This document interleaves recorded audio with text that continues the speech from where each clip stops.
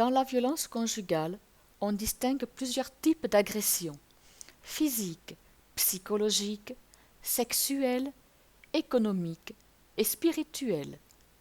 Ici, nous allons porter notre attention sur la violence psychologique et le harcèlement moral dans le couple. Dans chaque couple, il existe des désaccords au quotidien, et c'est normal. Ce n'est pas pour autant qu'on peut parler de violence psychologique. La violence psychologique est la répétition d'actes, de paroles, de comportements qui tendent à humilier l'autre, le déstabiliser, jusqu'à le détruire.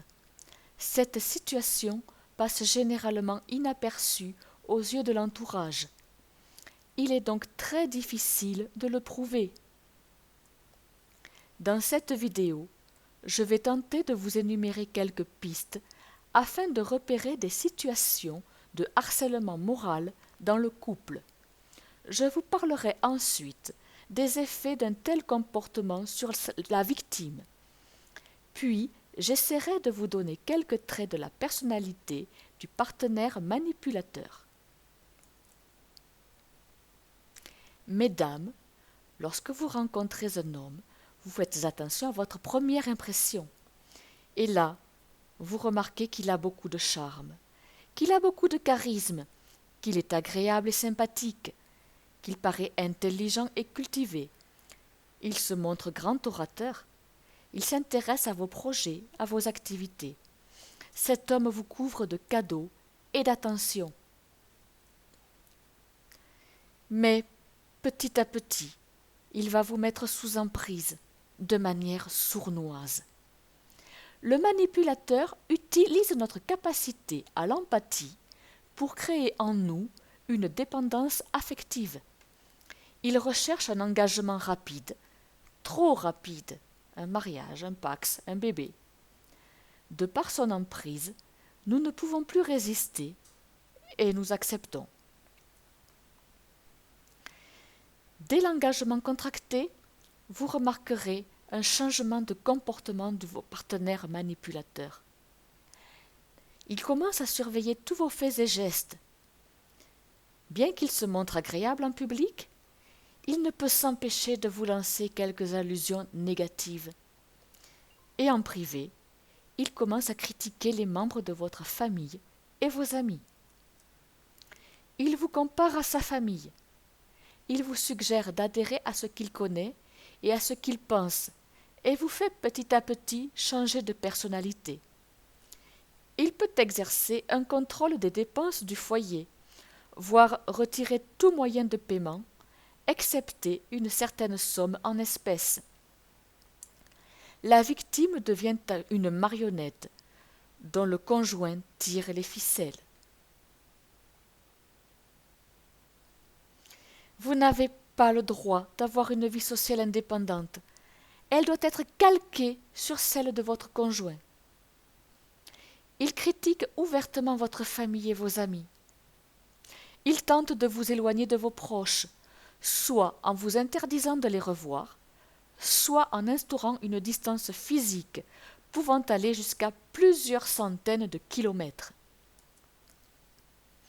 Il contrôle tous vos appels téléphoniques, vos mails, votre navigateur Internet. Si vous travaillez avec des horaires décalés, il peut vous demander de réduire votre temps de travail, voire de l'arrêter, pour être présente en même temps que lui à votre domicile. Il peut également calculer votre temps de trajet domicile-travail et vous faire des reproches si vous rentrez plus tard que l'horaire qu'il a évalué. Petit à petit, vous risquez d'être relégué dans un rôle de femme au foyer. À l'arrivée d'un enfant dans la famille, le papa montre un grand intérêt, surtout lorsque vous êtes à la maternité. De retour à la maison, du fait des contraintes liées à votre bébé, le papa commencera à s'en désintéresser. Il refusera même de s'impliquer dans les soins à lui donner. En voyage, en sortie, vous aurez du mal à faire respecter le rythme biologique de votre nouveau-né. Si vous laissez le papa s'occuper seul de votre bébé, ce qu'il demandera avec insistance, vous remarquerez à votre retour qu'il aura fait autre chose. Vous le verrez s'en occuper tout juste quand vous rentrerez, c'est-à-dire avec beaucoup de retard. Si vous ne travaillez pas, la présence d'enfants en bas âge est source d'isolement. Vous avez peu d'occasions de vous aérer pour vous distraire. Si vous avez du mal à vous en sortir, ce qui est normal, votre conjoint manipulateur peut vous critiquer et vous comparer à sa mère ou d'autres membres de sa famille qui, selon lui, y arrivaient mieux que vous. Et pourtant, avoir des enfants est très valorisant pour le statut social de votre partenaire, mais il n'effectuera que les activités agréables, vous laissant les tâches ingrates. D'après le dictionnaire Larousse, la communication est un échange verbal entre un locuteur et un interlocuteur dont il sollicite une réponse. Or, selon mon expérience, communiquer pour un pervers manipulateur est obtenir une réponse précise et attendue de son interlocuteur. Dans une situation de harcèlement moral, dans le couple, il n'existe aucun dialogue. Le conjoint manipulateur exerce une forte domination sur sa partenaire. Il peut vous être reproché de ne pas savoir communiquer parce que vous vous contentez d'écouter les autres. Votre conjoint harceleur, semblant avoir des talents d'orateur, peut parler d'un ton monocorde. Ainsi, vous pouvez vous sentir comme hypnotisé. Il utilise généralement le discours paradoxal, vous faisant croire que vous avez énoncé l'opposé de ce que vous pensez réellement. En conséquence, le trouble et la confusion envahissent votre esprit. Si vous engagez vous-même la conversation, vous n'aurez aucune réponse. Ce n'est pas de son initiative. Si, de guerre lasse, vous souhaitez transmettre votre message par écrit, ce dernier ne sera même pas lu et sera jeté à la poubelle. Avez-vous du mal à vous organiser et à satisfaire votre conjoint? Ce dernier va vous en faire le reproche et vous comparer à ce qu'il connaît de mieux, sa famille. Il va mettre l'accent sur vos faiblesses et les critiquer sournoisement. Ainsi, vous perdrez peu à peu l'estime de vous-même.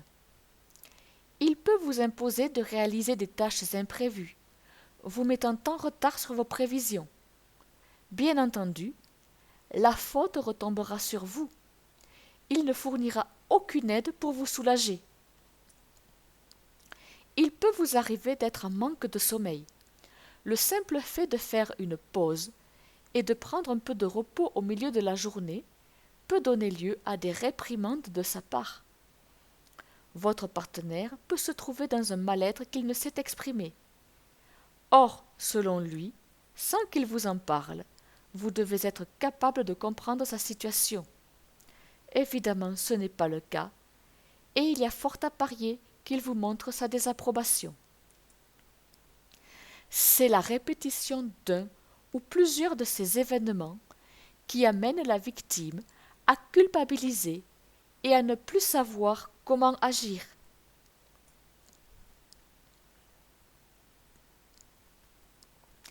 La répétition de tous ces faits et gestes peut avoir un effet dévastateur sur la victime. Vous pouvez notamment vous trouver dans un état de stress permanent, craignant toute remarque désobligeante et humiliante de la part de votre conjoint. Vous sentirez le contrôle de votre vie vous échapper. En conséquence, vous allez perdre l'estime de vous-même et détester tout ce qui était vos passions. Vous n'allez plus vous reconnaître, perdre patience. Vous pouvez changer physiquement et ne plus avoir envie de prendre soin de vous. Vous risquez de vous replier sur vous-même. Vous pourrez avoir tendance à vous surveiller, de manière à ne pas déclencher de colère de la part de votre conjoint manipulateur. Si vous avez gardé des contacts avec vos proches, ils le remarqueront. Cette impression de perdre votre personnalité va vous mettre en colère contre vous et contre les autres. Attention de ne pas tomber en déprime, voire pire.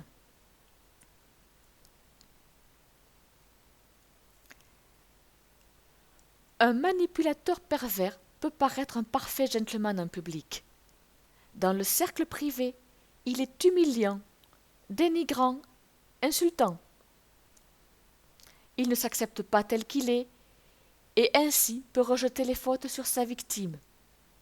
Ce sont des êtres égocentriques n'ayant aucune empathie envers les autres. Il ne voit pas que les autres souffrent. Il peut aller jusqu'à ignorer sa proie lorsqu'elle se met à pleurer. Il ne se remet jamais en question et se pose en victime face à ses responsabilités. Il ne supporte pas qu'on lui tienne tête, sinon il peut dériver vers la violence physique.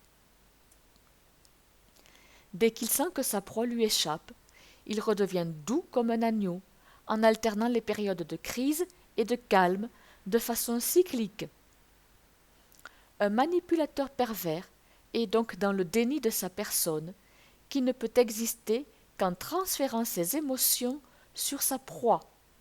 Il ne peut survivre sans détruire l'autre.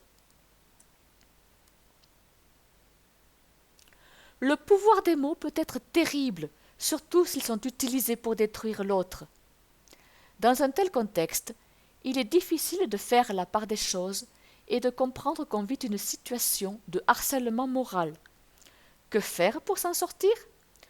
Il faut échapper à l'emprise de votre harceleur.